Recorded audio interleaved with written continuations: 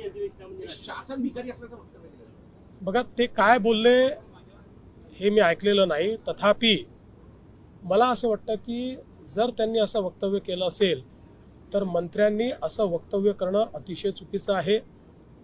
पीक विम्याच्या संदर्भात आपण जाणीवपूर्वक निर्णय घेतला आणि त्याची पद्धती बदलली, कारण आपल्या लक्षात आलं की पीक विम्यामध्ये काही वर्षांमध्ये जरी शेतकऱ्यांना फायदा झाला तरी बहुतांश वर्षांमध्ये त्याचा अधिक फायदा हा कंपन्या घेत आहेत आणि म्हणून त्याची पद्धती बदलली.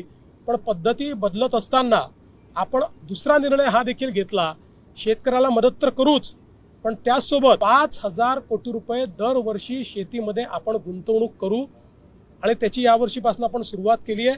25,000 कोटी रुपये हे 5 वर्षामध्ये शेतीतली गुंतवणूक आपण वाढवतो.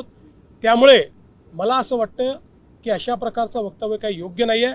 मी आजही सांगतो, देशातल्या कुठल्याही राज्याच्या मोठ्या अर्थव्यवस्था असलेले जेवढे राज्य आहेत त्या राज्यांच्या अर्थव्यवस्थेमध्ये आजही सगळ्यात चांगली, म्हणजे मी असं म्हणत नाही की आपल्याकडे खूप पैसा आपण श्रीमंत आहोत वगैरे, पण तुलनेनं विकसनशील अर्थव्यवस्थेमध्ये अतिशय उत्तम अर्थव्यवस्था ही महाराष्ट्राची आहे.